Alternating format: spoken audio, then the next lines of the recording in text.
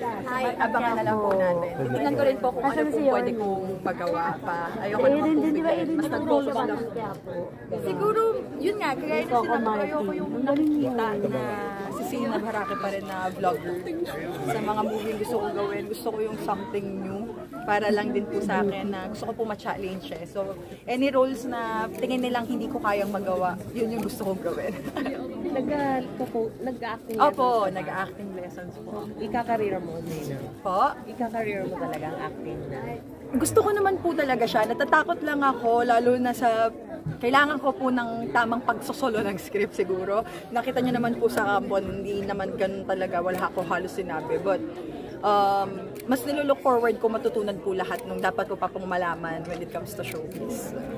Ayun po, salamat. Nahirapan ka bang umiyak? Nahirapan ka umiyak yung isang... Hindi po talaga. Mas mahirap yung sakit nung hinahampas ako sa dibdib.